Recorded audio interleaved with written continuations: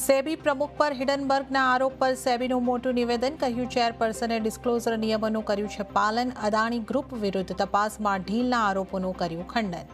રીટ્સને ફાયદો અપાવવાના આરોપ પણ નકાર્યા. રોકાણકારોને વિવેકથી કામ લેવા આપી સલાહ.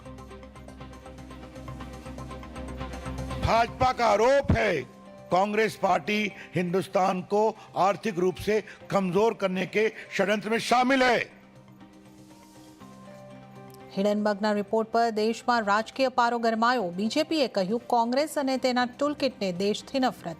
હિડનબર્ગના આરોપોને ગણાવ્યા પાયા વિહોણા.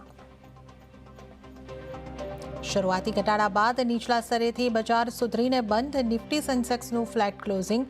મિડ કેપ અને સ્મોલ કેપ ઇન્ડેક્સ તેજી સાથે બંધ. સ્પેમ અને સ્કેમ કોલ પર સરકારની લાલ આંખ. ટેલિકોમ વિભાગ બનાવશે અનરૂલી કસ્ટમર્સની લિસ્ટ. નવા ટેલિકોમ એક્ટમાં ગાઈડલાઇન્સ લાવવાની તૈયારી. અને રાજ્યમાં આજે ગાજવીજ અને ભારે પવનની સાથે વરસાદની હવામાન વિભાગની આગાહી. આગામી 7 દિવસ મેઘો રહેશે મહેરબાન.